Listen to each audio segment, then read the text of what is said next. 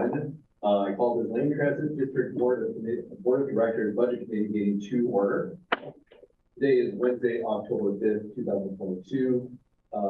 My name is Carl Gate. I am the chair. We will do a quick roll call to see which members are here. Let's start with people in the room. Michelle Weber. Here. Susan Cox. Here. Dawn Norden. Here. Caitlin Vargas. Here. Kelly Sullivan. Gina Grimaldi. Here. And moving on to people online, Peacock. Here.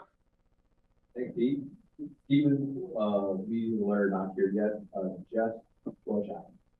Here. Thanks, Jeff.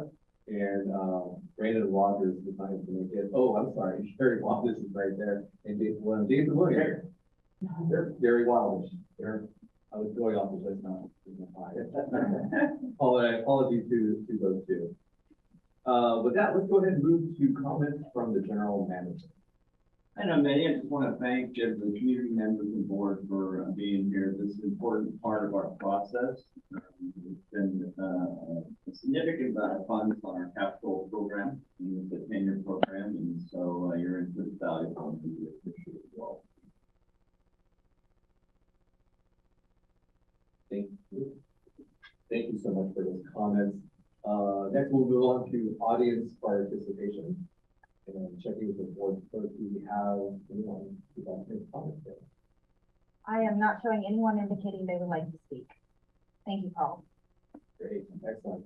Well, thank you for that. Let's go ahead and go straight to the items for action.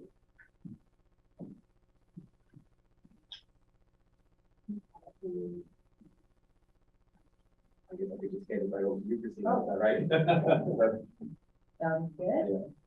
So I also want to thank you for being here to provide your input on our annually updated community investment plan. This is for the 2023 through 2032 season. Well, let's see. I think Brandon just won that. Stephen. Oh, no problem. So it's the 2023 through 2032 community investment plan. And basically tonight I will be asking for your approval of this plan. It was posted for public comment on September 28th. So it was posted on our LP website, and we are taking public comment between now and when it's actually adopted. I will start by playing a video which summarizes all of the different projects that are included in our plan. And then the directors are here to answer any of your questions about the project.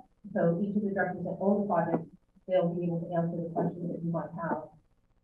After they answer all your questions and you have a chance to have a discussion, I'll be asking for your approval of the CIP either as presented or with any recommended changes. If you have changes that you're recommending, I will be taking those to the board and for their direction. And the CIP is a prioritized list of what we really want to do. During the budget process, we determine what we are actually able to do and what we can allocate to these projects. This particular CIP that we're reviewing today is preliminary, and between now and when we have the final, I will do a bridge. So when we meet again in April, I will be able to provide you a bridge between whatever you approve today and whatever it is in the final.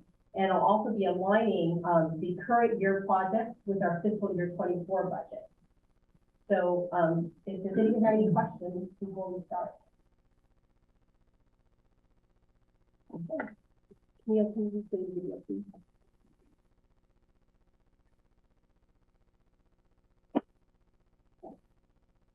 Pardon me.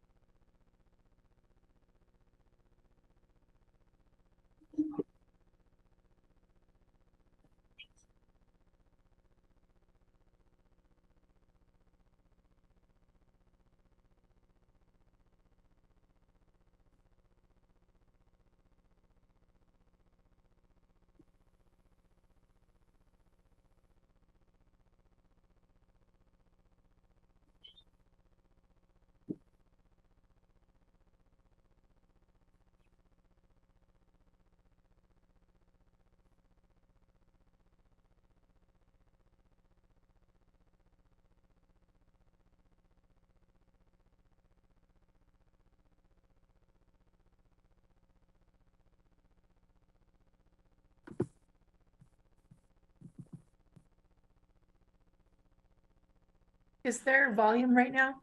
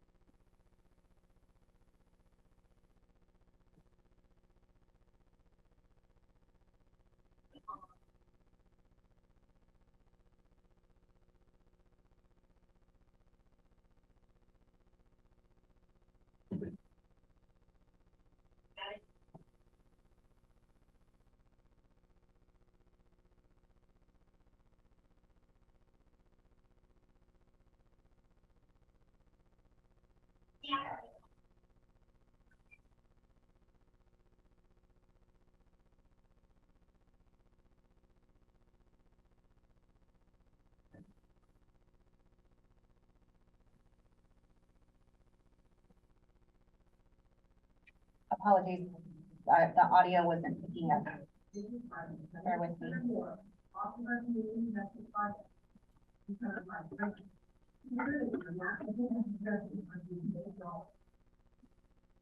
Foundational elements supported by key steps in the process. This is a three boxes designed. The key thing to know is that all parts are vetted for alignment with foundational elements thus covered, as well as the use of capacity. CIP development is collaborative involving input from our board, our riders, and our community partners throughout the county. This collaboration allows us to plan. It also allows us to stretch our dollars and maximize the benefits to the community and both clients in the city, state, and county goals. LCD wide vision includes our community, including the property beyond what is expected. The district works overtime to coordinate business across the state in order to continue service, prevent congestion, and showcase the community in an international audience during the World Economic Country. We also continue to evacuate open residents during the Cedar Creek fire and continue to provide essential services for transit and community, allowing them to shop, medical, shopping, school, and social services. In addition to servicing our riders, our facilities serve as a community hub, allowing easy access to COVID-19 vaccines at our transit stations. Our investments are intended to maintain and improve the value and benefits transit provides to our community. The projects showcased here are a few examples.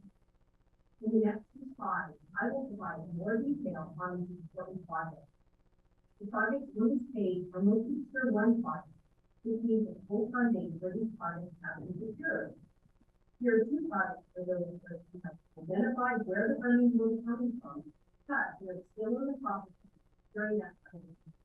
Only projects that have an unemployed identified should be planned for grades 1 through 3. Tier 3 projects represent LCD looking out and anticipating our future needs. Similar to our United continue to replace the roof each year. Identifying and recognizing future needs allows the district to proactively plan for and ensure we are securing funding for this project. The CIP includes a number of modernization efforts. One significant one is the modernization of 25% state, which is our busiest station and the central point of our hub and spoke area. Modernization will benefit existing riders, attract new riders, and enhance the quality of life around the centrally located station as a part of downtown community. Some improvements as part of the modernization are updating wayfinding signs to improve system safety and usability, improving real-time signage to enhance customer experience, installing energy-efficient lighting fixtures which reduce the cost of operations and improve driver safety, and updating public records that provide an important and convenient public service for community members of all ages and government, while benefiting surrounding businesses. To leverage our local funds to the extent possible, these improvements will apply to $1 billion and will be funded 80% by federal funds and 20% by local funds.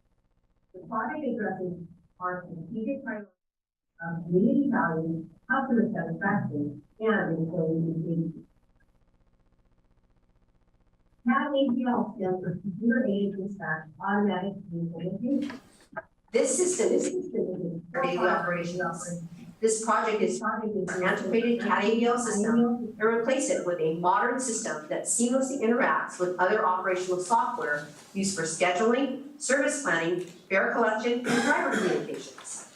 This upgrade will provide many brighter benefits, including a reduction in service disruptions and real-time vehicle location information that feeds directly into Google Maps, our LTD website, and the UMO app. Our CAD/APL project also includes an onboard video surveillance system that will increase driver and rider safety. Like the previous project, this project will be funded 80% by federal funds and 20% by local funding. MX is short for Emerald Express, which is the district's bus rapid transit system, also known as a BRT system.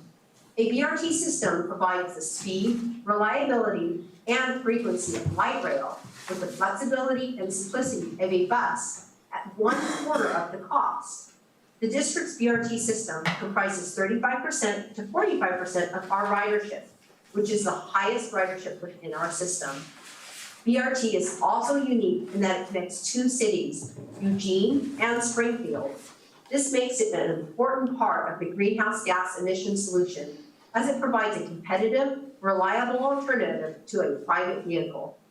Because this system is heavily utilized and provides high community value, continually improving the safety, coverage, and frequency is a high and important priority. I have featured 3 projects along our frequent transit network corridor. These projects are the MX Franklin and Gateway Station improvements, the Franklin Race Project grant match, and the FTN Safety and Amenity Improvement Project. The $2 million MX Franklin and Gateway Station Improvement Project focuses on maintaining and improving the passenger boarding areas to ensure they are safe and accessible for all. The $5 million Franklin Race Project grant match is LTD's contribution to a $25 million joint project with the cities of Eugene and Springfield along the Franklin Boulevard Opportunity Zone corridor. This project will improve safety, add transit capacity, and create safe pedestrian and bicycle access to LTD's MX service. The $4.5 million FTN Safety and Amenity Improvement Project will reduce the number of near misses and collisions along all MX corridors through better signage, striping, and signal priority. This project will also improve comfort and accessibility with ADA improvements, bike blockers, and real-time signs. The MX Franklin and Gateway project is funded 80% by federal funds and 20% by local funds. The Franklin Race project is being funded 100% by local funds, which the board already approved in the June 2021 board meeting. The FDN Safety and Amenity Improvement Project is funded 90% with federal funds and 10% with local funds. You're on your way to work or to a doctor's appointment. When you ride transit, you probably only think about going from point A to point B. You aren't thinking about the planning and continuous investment that is required to get you there. Buses only have a 12-year useful life, which means to keep our system reliable, we must have a fleet replacement plan. Our 10-year fleet replacement plan goes beyond ensuring our buses are in working order. As sustainability is part of our vision, our plan also focuses on improving air quality in our region and being part of the climate change solution. LTD plans to replace 19 40-foot buses in the first year of this 10-year project. With those 19, 30% of our buses will be electric, which is up from only 13% today. In addition, LTD is exploring emerging technologies and alternative clean or renewable fuels with the goal of phasing out 100% of our fossil fuel fleet by 2035. At 88.3 million, or 30% of all investment in our fleet is by far the largest of our 10-year investments. 95% of this project is planned to be from federal and state grant sources, with only 5% to be paid for using our local dollars. The Operations Command Control Center, also known as the OCC project, is the heart of our transit operations. It allows for bus operation service supervision, incident response, and for bus dispatchers to communicate with bus operators and public safety officers to ensure passenger safety. The OCC allows supervisors to address issues and maintain schedules despite service disruptions, traffic, construction, emergencies, and mechanical failures. In addition to an updated operations dispatch, the update also includes new heating, ventilation, and air conditioning systems to mitigate the spread of contamination. A separate training room to facilitate distancing is also included, as well as upgrades to the wellness center to effectively protect LTD employees. Updates to the training area include installation of a training simulator, which will reduce training costs, improve everyday operations, and increase employee development, all of which retain our operators and sustain better service to the community. The district's Operation Command Control Center is located on the Glenwood campus, which was constructed 34 years ago in 1989, so it is well overdue for an update. This $12.5 million project is planned to be paid 80% from federal dollars with a 20% match from our local funds. It focuses on strategic priorities of community value, customer satisfaction, and employee engagement. Before we jump into the projects, I would like to share some context. LTD's CIP projects vary in size and cost. They are classified as either improvements or state of good repair. Improvement projects make the delivery of LTD services more efficient, safe, and sustainable, while improving the ridership experience and meeting the diverse needs of our growing community.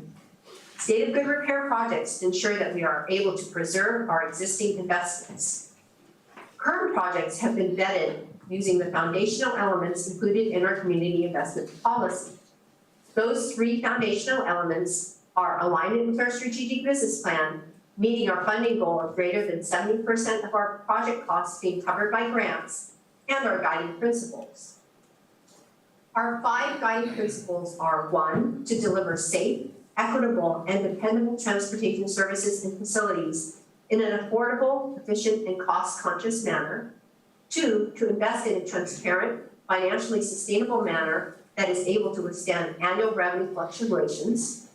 3, to adjust to changes in community service needs and strategic business plan priorities.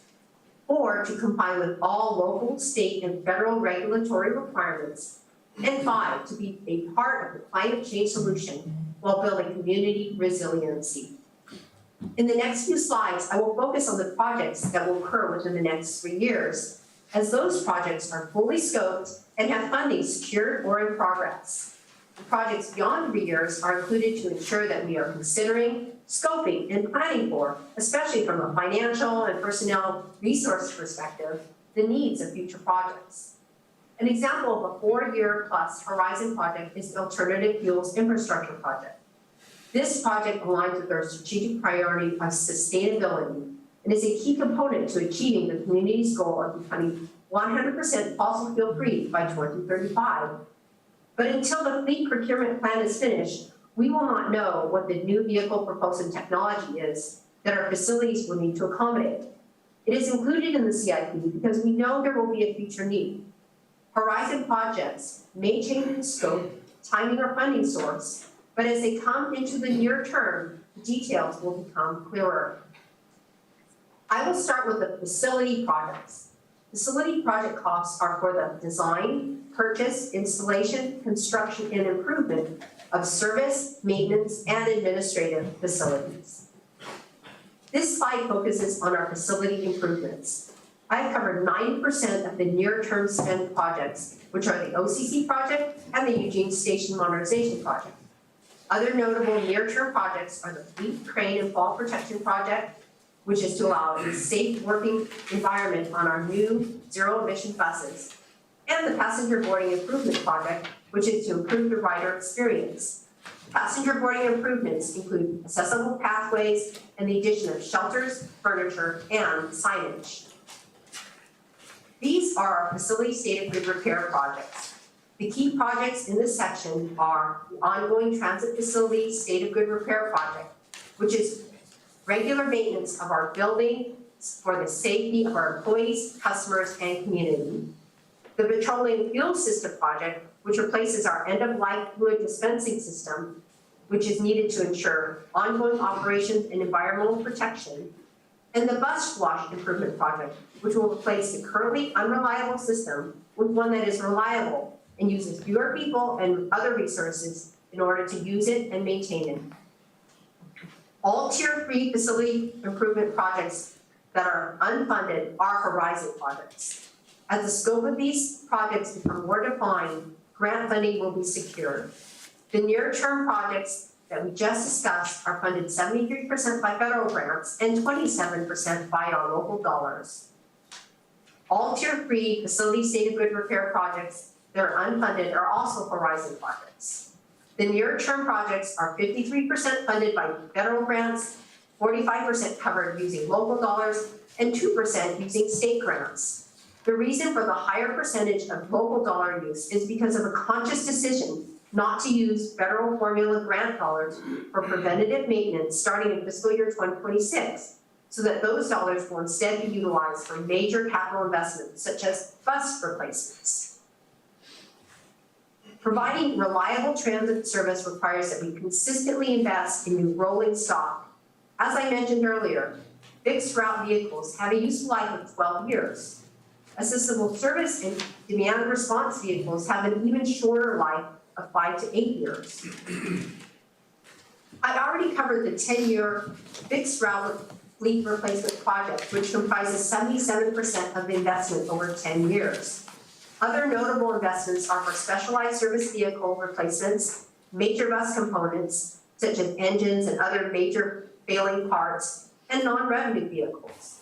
68% of our fleet costs are covered by federal dollars, 24% are covered by state dollars, and 8% is paid for using local dollars. LTD's Frequent Transit Network, also called FTN, provides service frequency of 15 minutes or less on weekdays with high-quality amenities. This corridor is along the highest density areas where the greatest need for transit exists. Together with our fixed route service, it creates an interconnected network of routes that provide frequent and broad transit across our community. LTD's approach to safety and security is care-centered and community-based. This means that our safety and security investments are 1, to improve accessibility for low-income and riders with disabilities, 2, to increase public health, and 3, to create a safe environment for all riders and the community. There are 3 FTN projects over the next 10 years. I already covered the Franklin Race project. Planning studies comprise interrelated studies that advise the strategic direction of the district. The near-term planning studies include the Maine McVeigh Transit Study, Moving Ahead, and the every 3-year strategic business plan. There are 2 safety and security projects. I already covered the FTN Safety and Amenity Improvement Project. The System Security Improvement Project is to increase the safety and security for passengers, employees, facilities, and vehicles. As mentioned earlier, the Franklin Race project is a board-approved, local funded match for a $25 billion joint project with the cities of Eugene and Springfield.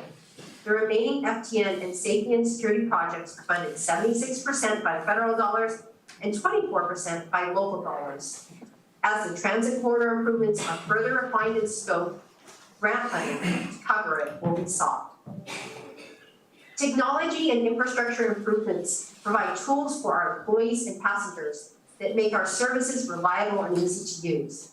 The technology and infrastructure state-of-good repair projects replace our aging systems, many of which are being end-of-life by our partners. The two technology and infrastructure improvement projects provide tools to improve the rider experience with improved communication and better trip planning tools. These investments prepare our community for a multimodal service future. The largest of the State of Good Repair projects in technology and infrastructure is the CAB ABL project that I already covered. Other notable projects are the Enterprise Resource Planning, or ERP project, which replaces our finance that we have been using for 21 years. As a finance professional, I am excited about the operational efficiency that will result from this replacement. Operations Software Midas replacement is also a project that replaces an antiquated system.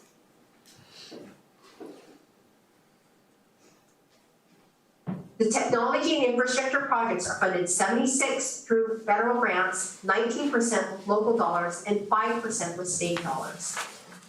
I hope you have enjoyed learning about our CIP projects. I look forward to seeing you at our budget committee meeting.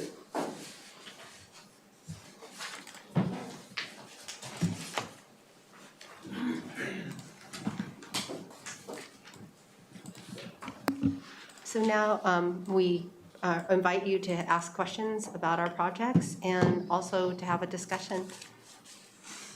And, I mean, if it'd be helpful, all the directors are here, they can spend a little time talking about each of their projects and the importance of them. That was a pretty big overview and pretty quick, so if that would be helpful, we can have Joe and Matt kind of talk about them a little bit more. I'd like to get the information on the funding. Sure. As I'm sitting here listening to this, it's going really fast. Yeah. And we're not talking about dimes and nickels. Mm-hmm. And so, one of the ones that she had mentioned, and you, Christine, you probably have this, that 25 million. Mm-hmm. Which project? Well, there's a 25 million of federal grant money that's being spent on a certain area. Okay, you're talking about the one that's between Eugene and Springfield? Right. They're spending 25 million and we're doing a match. The Franklin Race Grant, is that what you're talking about? See, that's the problem. I'm not sure. Let's go to facilities. Okay, Let's just take facilities and say, what's the total, what's the match on facilities of the total? sure. So the MX Franklin and Gateway Station, that's 80% federal and 20% general fund. The Eugene Station modernization, that's 80% federal and 20% general fund. All right. The fleet, Is that- Yeah, I kind of got that. Most of these are 80-20? well, the passenger boarding and systems facility improvement, that's 100% general fund, but what that is it's $200,000 per year over 10 years, and that's Okay, always been that- paid. Yeah. Okay. Okay, that Oh, okay. that covers it. All right. Fleet, Fleet, okay, let's look at fleet. Let me go to the fleet page. All right, for fleet, we have the major one, which is the 10-year fixed route fleet replacement. That's 95% of both federal and state, and 5% general fund. So you see that one there, the biggest portion of that is the 88 million. now when you And- say, when you say 5% general fund, is that different That's the match. than, I know, but is that different than local fund? It's the same, local or general fund. I'm referring to them, I'm using the same, I guess, a different terminology, but it's the same thing. The dollars that we're generating locally from our tax dollars is what we're matching, that go into our general fund and that we use for match. Okay, because I know that there were, on the MX, we had funds on the MX in, some of the match funds, I thought, came from the state of Oregon, under the, Yeah, and so in this case, if you look at for example, the 10-year fixed route fleet replacement, the plan is that 95% would be, 67 million would be federal, right? And the match would be, we have a STIF formula as a match, right? So that is a state. so you can use the STIP as the match. A portion of the STIF was allocated already in the last biennium for match for some of the buses the fixed route buses. And so then the remainder is general fund. So it's exactly what you're saying. We oftentimes will have a federal, and then we'll have we could have some state dollars that help with the match. And then we have the general fund that fills the gap between what's not covered. And that's the thing that I get concerned with, is the general fund. Yeah, I as Because that's well. where the pressure is, at least I would think that could be the case. Yeah. But, okay. So our total plan for fleet is 68% is covered by federal, 24% is covered by state, and 8% is covered by the general fund. So that leverages a lot of our general fund dollars, right? Because the majority of it That's is. the fleet category? That's what? That's the fleet? That's the fleet category, yes, that you're looking at. So you could kind of see it by looking, you could just eyeball it, and you can see that the general fund amounts are very low compared to the federal and state amounts that are in there. Okay, great. I think now I have a sense for where we're at. Awesome. Thank you. Absolutely. Before we continue on, I just want to say thank you, Christina, for that video presentation. I also wanted to acknowledge that Steve Wheeler had joined us right before the presentation started. And please raise your hands. I do see Jess. I'm going to call on you next, and I figure there'll be a lot more questions that will be coming. So go ahead, Jess. Yeah, were the directors gonna do little presentations? I didn't wanna ask a question prematurely. Are we going to questions? You can go ahead, yeah, go ahead and go to questions. Sure. Yeah, go ahead and go Okay. into questions. So a couple things, one of which I saw the fixed route fleet replacement on their big item. Do the EMX buses also have a replacement plan, and what is that? As far as I understand, they can't be electrified, but how long do they last, and what is the replacement plan on those guys? Jess, great question. This is Matt, Director of Fleet. So absolutely, the MXs are included.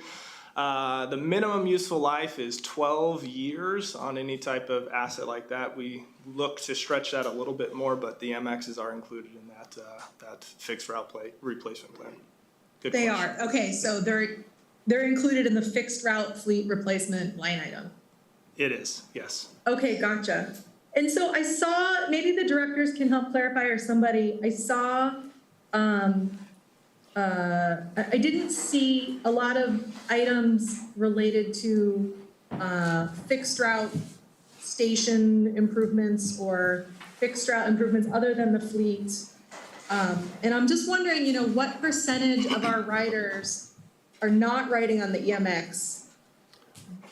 I'm gonna go Forward. off of what I heard Christina say. I think she said 40%-ish is what are on MX, so 60% would be on the other fixed route. So one of my questions, I guess, for somebody, thank you for that was quick information. The percentage of funding that we seem to be allotting towards the EMX, and of course a lot of it's federal and state funding, is pretty great, but where on here are the fixed route service funding that we're going after? I will pass that to, I see Joe's coming up. Thank you, Jess. Sounds like facility, right? Yes. Hello.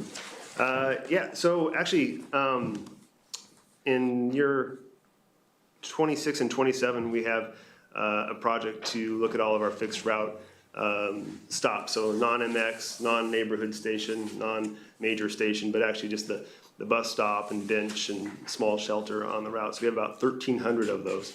And they are due for new signage, rehab, and also in terms of our shelters, just rehabbing and rebalancing where those are at, making sure that we're actually serving the right stops with the right amenities. So there is a project focused just on those smaller stops.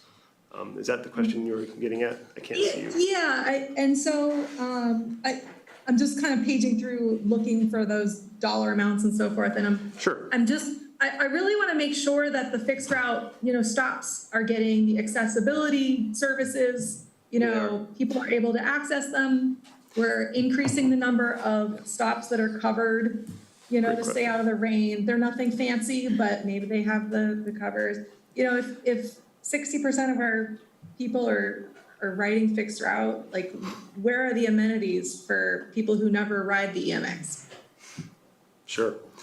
So I'll just point out, the project I was speaking about on the fixed route infrastructure improvements, it's about $4 million over 2 years in FY '26 and '27.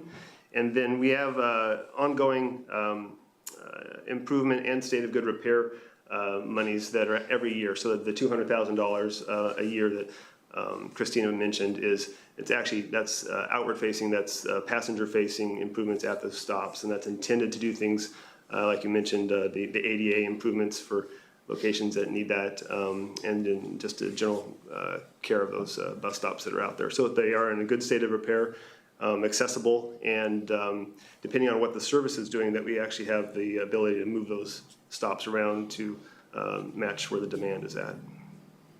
And I think the Eugene and Springfield station modernizations are also, they aren't just for MX, those for all passengers, because a large percentage of our passengers do go through both the Springfield and Eugene stations. Yeah, so we have 11 neighborhood stations, which are all fixed route primarily, and then the 2 hub stations, as you mentioned, Mark, a significant amount of dollars being spent on those.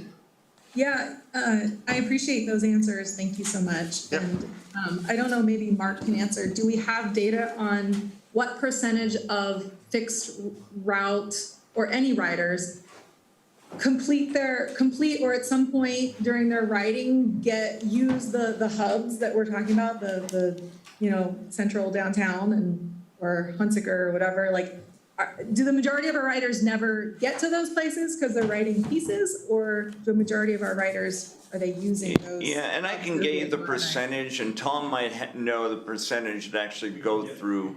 Yeah, we can get it, but I don't know right off the top of my head. But it's a high percentage that actually use our hubs, because we are a hub and spoke system. So, to get many places, you do have to go to a station to get a connection.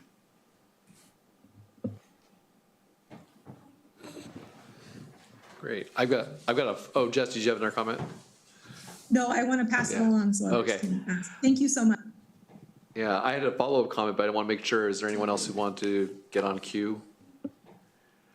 I think what I heard Jess saying was that there was maybe questions, not necessarily concern about how much we're allocating towards a fixed route versus MX, but I'm also just my familiarity with MX versus fixed route. I feel like it's really hard to compare them like dollar for dollar, because they're by nature very different kinds of services with different kinds of needs. You have one that has arguably a heavier load being placed on it because it's so frequent. And the other one is, well, less. But then also, there are also, and I was going to compliment the plan for, continuing on, because having served on the board before, that commitment to being fully fossil-free by 2035. And it looks like you're still making great plans toward that. But I just wanted to mention that maybe someone else can comment even more about what some of the inherent differences between fixed stop and versus MX and why their financial needs might be a little different. Tom. So, and I guess I can sit down here in front of the mic. One of the things that we can come back with more specific information on is that FTA actually provide us funding for the mileage on our MX routes for that maintenance. And so that helps, because then we're not using other funds to support MX. We're able to use those funds for that purpose. And in fact, I think it's another couple of years and will be, so it's per mile after 7 years. So in a couple of years, we'll be able to start drawing on the West Eugene project miles and get that money going into preventative maintenance as well. So that's an important resource for us. Just good information. Thanks, Tom. And it sounds like you more information to come later too. Great. Other questions for Christina or other directors or to other staff? Yeah, go ahead. This is just a real quick one. In the tech infrastructure, we mentioned the Midas replacement, and I think I understand what Midas is, but could you remind me?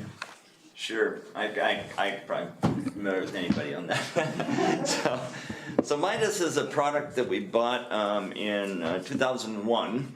Tells you what how long the technology has been around, and it's been unsupported for several years. But what it does is manages our bid system for our bus operators for their work bids and their scheduling. So it's a software that operations specifically uses to create the work in the bid for bus operators.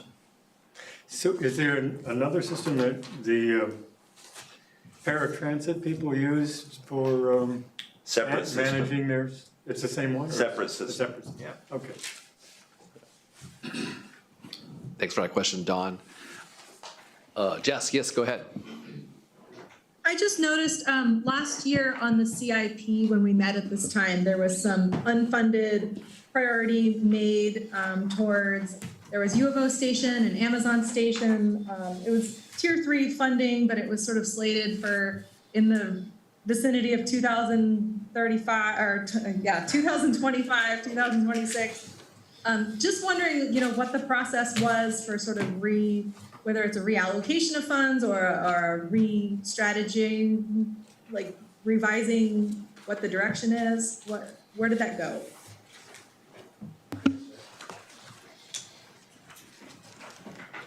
I just, Joe again.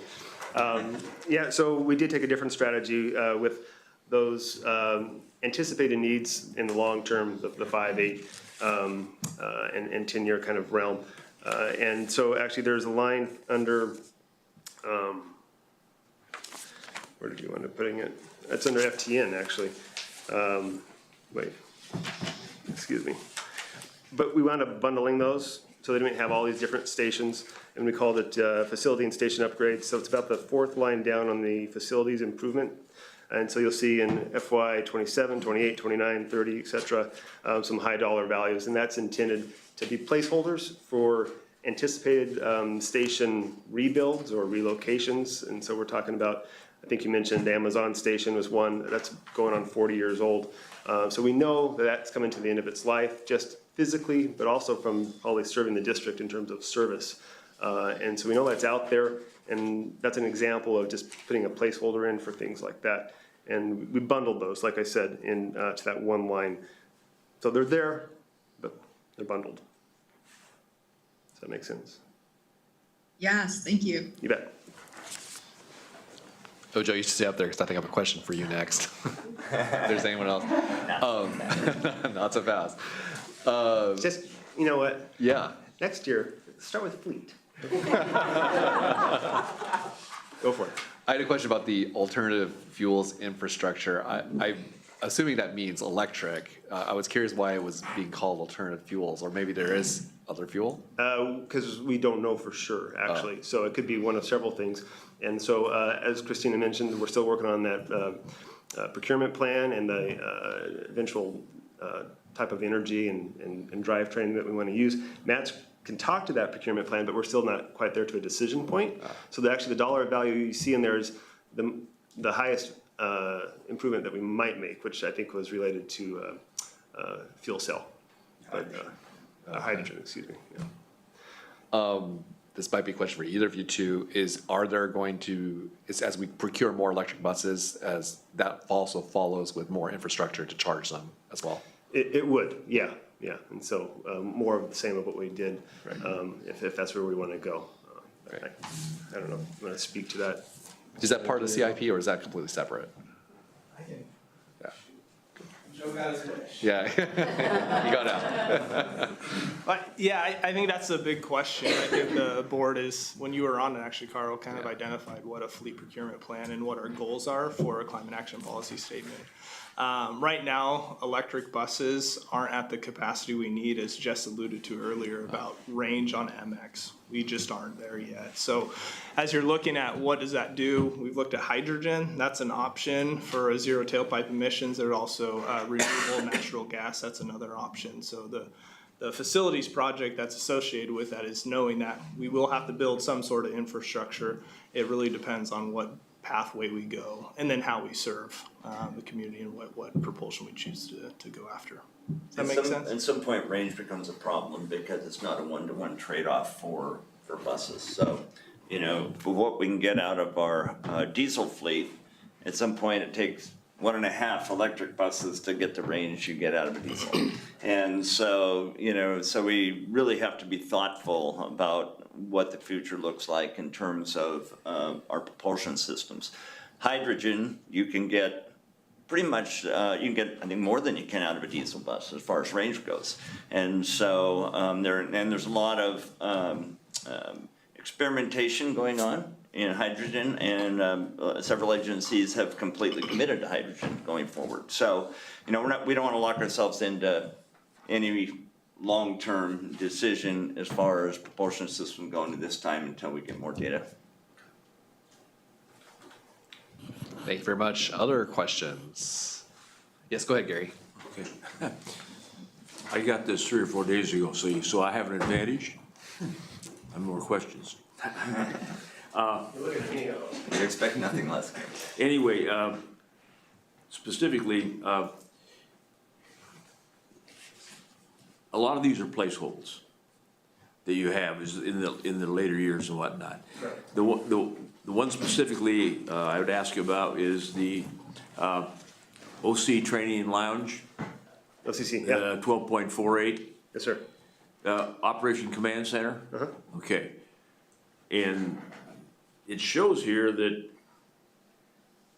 is that 2? Your funding? It's in this year, next year primarily. Okay. Help me understand what that means, because as I read in here, it talks about different things, and it says and amenities. And I'm going, okay, there's lots of things that are amenities. Sure. But just to help me understand what that is, because how many buses are we running now versus how many buses were we running 20 years ago or 10 years ago, that type of thing. Anyway, Right. Sure.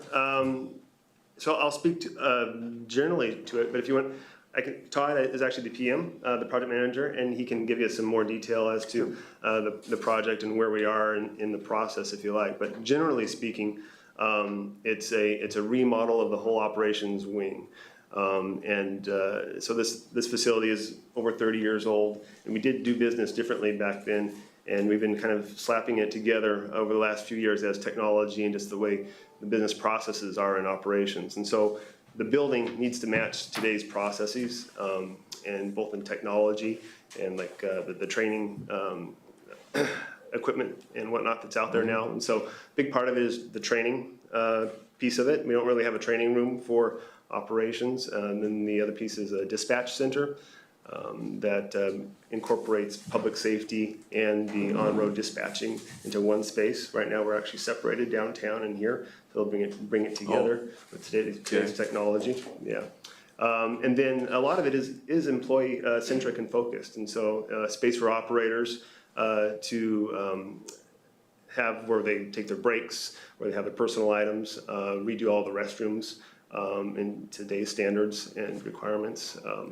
That's the bulk of it. I don't know if Todd, you want to add anything to that? This is Todd Smith. He's going to be our project manager for that project. He could probably fill in a lot more.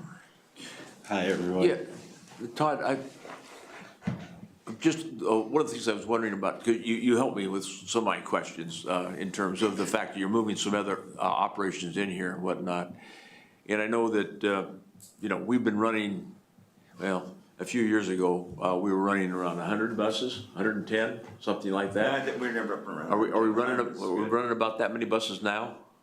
I believe that's the We're actually same fewer number. than that now, Gary. Right Little now, bit we're fewer. fewer buses, Okay, but okay. because we're not up to pre-COVID levels yet. Okay.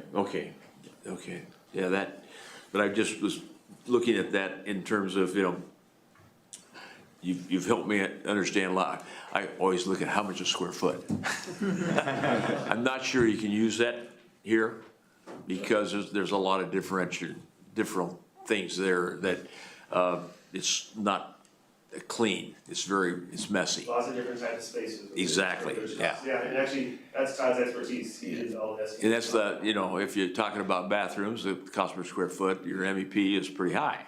Yeah. And a lot of technology upgrades too, that, you know, we just work And differently. that's because you had another item in here on technology, and that was, what'd you call it? Yeah, the IT infrastructure. Yeah, that was the other, but okay, but you've got Those are technology in separate this? from this. Okay. All right, that helps, thank you. Okay, all right. Well, just to give you a little square footage number, we are looking at scoping around a 7,000 square foot addition with the renovation of about 7,000. Now, are you saying another 70,000 square feet above what you currently have? 7,000. 7,000. 7. Thank you. Yeah. Yeah, that makes a lot of difference. Yeah, that's, because there's just not enough room to bring the training back over here. Well, Training's currently. that's the thing that when you Yeah. said that, I all of a sudden go, okay, that makes a difference. Yeah. Thank you. So, anyway. I'll just mention one other, really, I didn't say it, so I'll say it. One other great goal of this particular project is actually to bring the whole organization together. Right now, the building doesn't help because it actually physically separates the administrative from the operations side. So the project here is intended to actually help pull that together. You gonna fill this in? Encourage those connections better. Are you gonna fill this in behind us? Well, we're not gonna do that. But we're gonna create spaces for people to connect. Sure. Yeah. Yeah, gotcha, thank you. Thanks. Great. Any other questions? Just making sure for my online folks, just checking in with Jess, Pete, and Steve. Yeah, go ahead. Jess, and then, or sorry, Steve and then Jess. Steve, yeah, go. Yeah, can you hear me? Yes, we can. Good. Just a general, really high altitude question.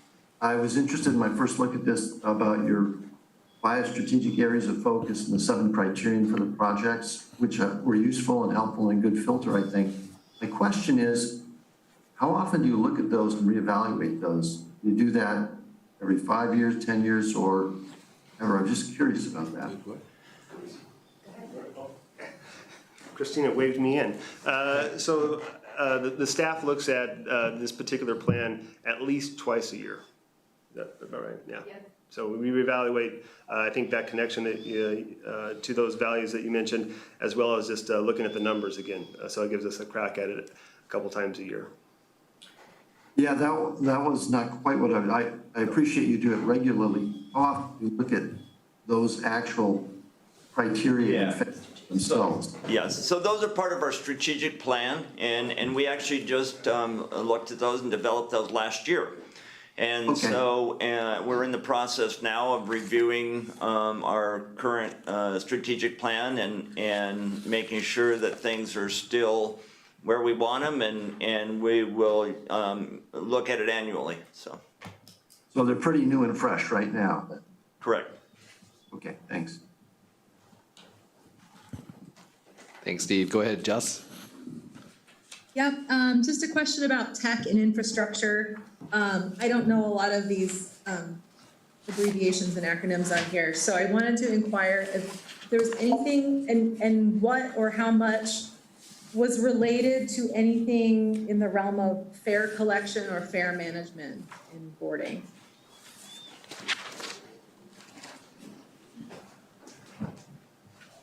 Cosette gets her turn. Hi, thanks. I'm Cosette, and I'm the interim, heavy on the interim IT director. So, Jess, that's a great question. We do have some projects here in terms of integrated fare collection systems. So we're looking to have some fare collection system using our current fare collection system, looking to integrate with other systems. So we have, other programs like Link Lane.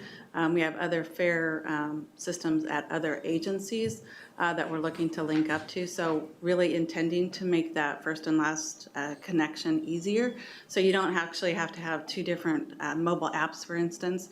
You'd be able to use one mobile app for a continuation of a service. So that would be one thing. We do have our mobile wallet and our integrated trip planner. So we're right now in the process of the integrated trip planner portion of it.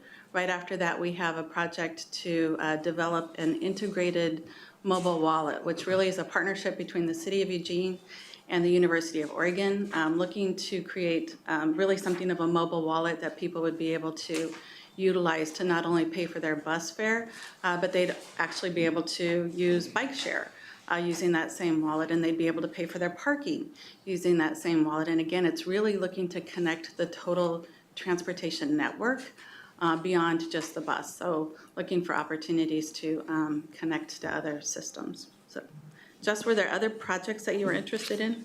Well, I guess I'm just wondering, like, would that be listed as one of the line items on the tech and infrastructure, state of good repair? Like, where and how much are we looking at? And I guess specifically, I'd like to start thinking about, like, how much money we are investing in collecting fares and how people pay fares versus how much that's worth to us. And I know we've been through that, or the directors have been through that, I guess. It's just like, we're spending money to integrate mobile wallets and so forth, but looking at the big picture, you know, if we're not bringing in that much through fares, what's fiscally worth it? Is it better to not have all that stuff? And I just wanted to sort of put that idea out there and say it in the meeting, but it's hard for me to tell from the CIP what specifically and how much is going to these items. I can't suss it out because I don't know what everything means. Sure. So Jess, if you look at page 24, we have the STIF mobile wallet trip planner. So that's a project that is primarily funded through our STIF funds, so that would be our state funds. And that's the mobile wallet trip planner that I had mentioned earlier. Again, as I mentioned, we're in the process right now. We just got our contract. We're just about to kick off the trip planner portion of it. And again, prior to actually launching the mobile wallet portion of it, we'll be taking another look at that to make sure that it makes sense. We want to have those dollars programmed. But again, that's a collaboration with the City of Eugene and the University of Oregon. And we continue with that partnership around the conversations about what that looks like and how that would work. So if you look at that, we have federal funds of $600,000. We have STIF funds of $567,000. So that would be the mobile wallet trip planner. But beyond that, we have an ongoing discussion actually about our current vending machines, ticket vending machines on our MX because they're pretty expensive to keep up. And so we're really taking a look at, our complete fare structure. And, we did buy recently our automated fare system. Where you can cell phone or card, tap cards, and that's been pretty successful. The most expensive thing we do is keep up our vending machines and collect cash. I mean, because cash is a small part of our revenue, but it is expensive to manage. So we're currently under discussions on how we move forward with our fare structure. And Jess, I would say specifically with the UMO app, we can provide some information on that in terms of what it costs us versus what we collect. Keeping in mind that it actually enables us to manage a lot of the programs that are special programs. So our K-12 programs and our low-income programs and our honored writer programs for folks who are 65 and older. It allows us to not just manage them, but to in a very accessible way, get them pushed out into the community and make them useful for folks. And I would say, in general, when you look at electronic fare collection systems, the one that we have today is not a high-end one. It's a low to medium, end one in terms of price, but I think in terms of the bang for the buck, it's pretty darn good. Yeah, if I can add to that. Jess, I'm glad you brought this topic up because I think it's good for the directors to hear this talk. In fact, it reminds me of what I used to say a lot from basically 2013 to 2021.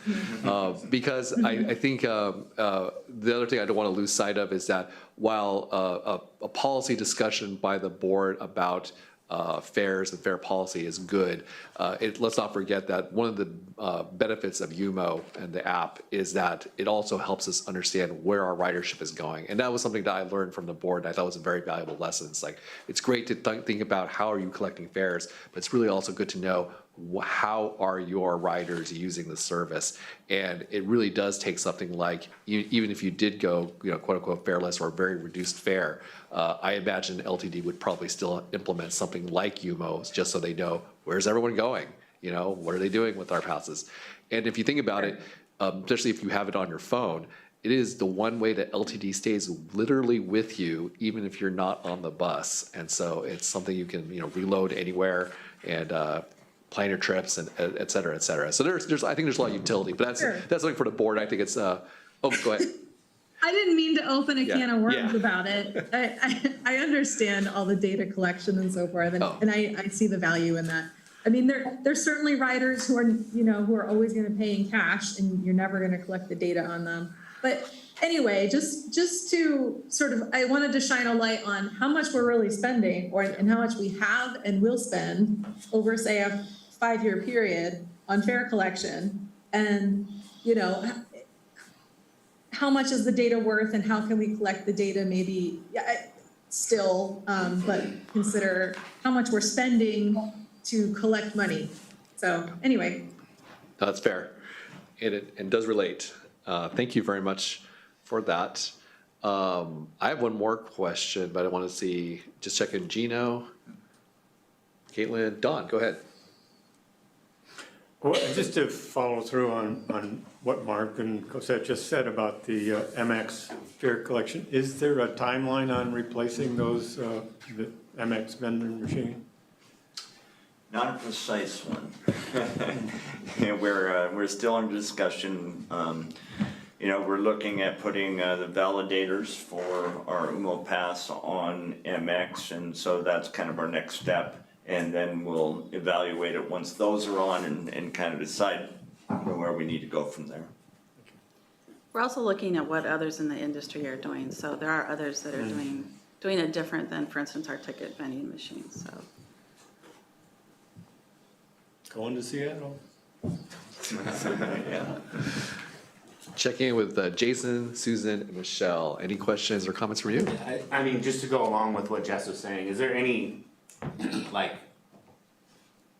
been conversations about going cashless?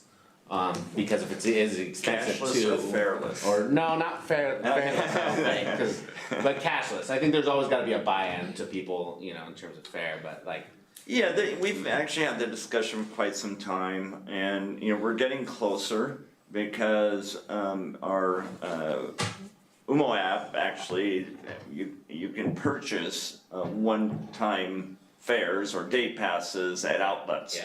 So they could pay cash there, but when they get on the bus, have the ticket. And I don't know how many outlets do we have that do that, or we're looking at. How many do you have now? I think it's about 80 outlets. Yeah. So we're actually doing an analysis of where those outlets are in relationship to the MX stops.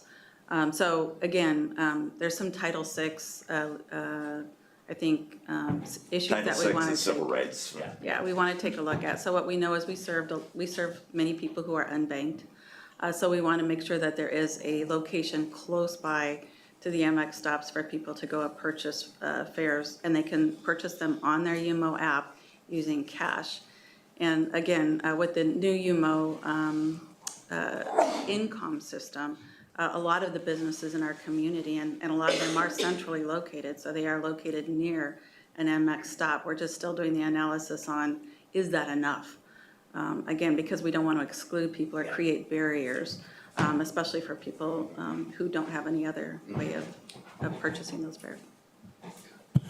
Yeah, great feedback for the board. Susan, go ahead. I'm curious, is not having a smartphone a limitation? It seems to me that for some of the more vulnerable population, they don't necessarily have a smartphone. And being someone of a certain age, I have to say, sometimes so much technology is a barrier. Yes. So for sure, Susan, and that's why we have the tap card as an alternative. So it's the same system, it would be the same account, and you have a choice to use the more low-tech tap card or the more high-tech smartphone. So it's not a one-size-fits-all, it's adaptable to the person who's using it. Thank you. Thanks. Great. Anything from you, Michelle? I just want to say I really appreciate that Eugene Station is getting a refresh, and that it looks like, according to the CIP, maybe later this decade, Springfield Station will follow, as it's a newer station. So it sounds like all that's on track. Yes. Yeah. Okay. Sounds good. Oh, great. With that, if there are, oh yes, go ahead, Gary. Yeah, I really appreciate Jessica's comments, and I'm thinking of it because one of the things that I got going through here is the difference between need and want. And I would really, encourage the board to look at that, because there's certain things in here in some of the discussion, it was very helpful on that, but I can see the need and want thing, and just to balance that some way. So, thank you, Jessica. Great, thanks, Gary. If there are no more questions, then this is the point of the meeting where I will entertain a motion.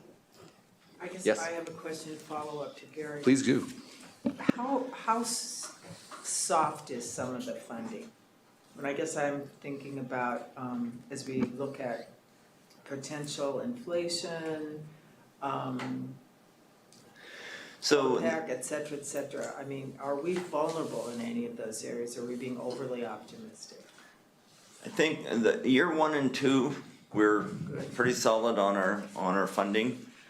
After that, yeah, we're being optimistic, and that's why we revisit in the budget every year to make sure, are we still on track? Can we still accomplish what we want within the funds that we have?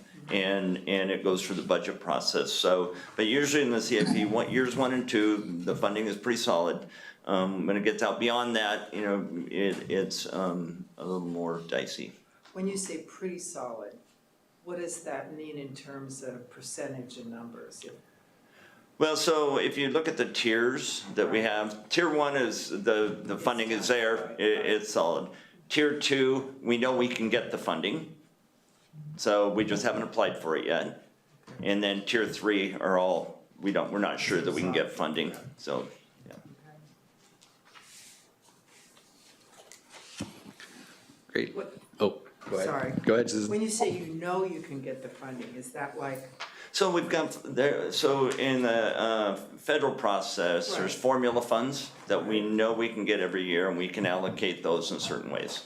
And so a lot of that, and then we've got STIF funds, which are state funds, and we know how much we're getting there in, each biennium. So those are guaranteed funds that just haven't been allocated yet, or. So would that put that into tier 1 then? Yeah, they moved from tier 2 to tier 1, correct. But they're still in tier 2 at this point. Correct, the ones that are, yeah. And Jess, I see you, go ahead. Yeah, I wanted to ask or encourage one of the comments that I've heard from bus drivers was about needing to use the restroom during their shift. And some stations sort of just, I think maybe it was a Gateway, I could be misremembering, but them having to leave the bus and go into the mall or something like that if we're modernizing stations, I want to highly encourage driver bathrooms to be included in all those stations that they might need. That's all. I saw head nod, so that was either so noted or it was already part of the plan. Yeah, so, I can. Go for it, go ahead. Elaborate, but not much.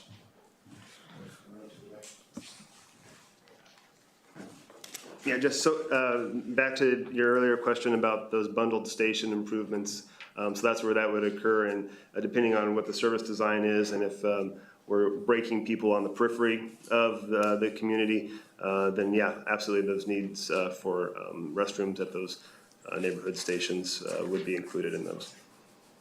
Yeah, at the Gateway, I think is what I remember it, but I could be incorrect in the Yeah, Gateway bathroom.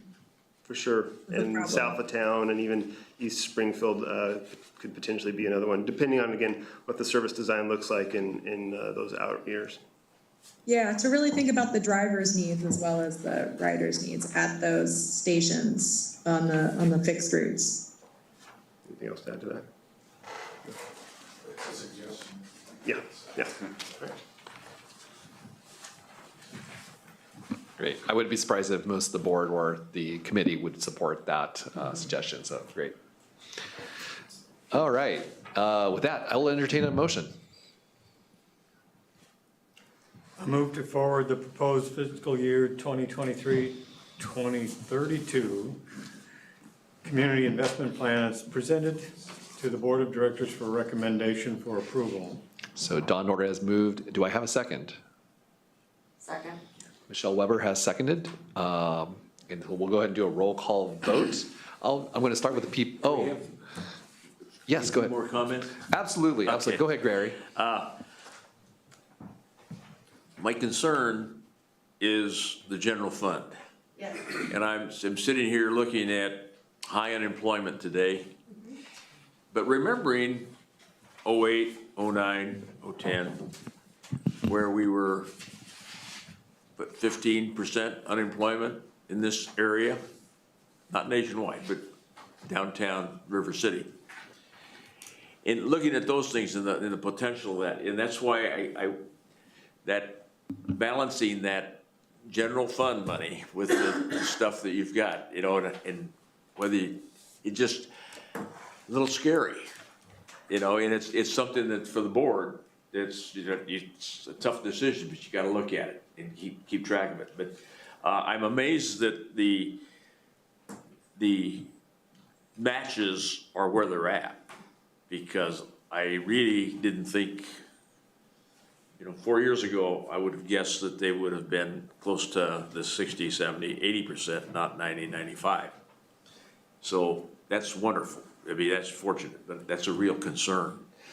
And I'm concerned about your general fund, and I think of some properties that you have that you are definitely excess, that maybe you can help yourselves on your general fund, because it seems like that might be something you'd want to do. Anyway, thank you. Yeah, just one comment about that, Gary, is that in 2017, a transportation bill, which set up the STIF funds, was really helpful for us when it came to matching federal dollars, because those are state funds that we can use to match federal dollars, and we can set our general fund aside and use it for operations. A little bit more protected. Yep. Because sustainability is a big issue. Absolutely.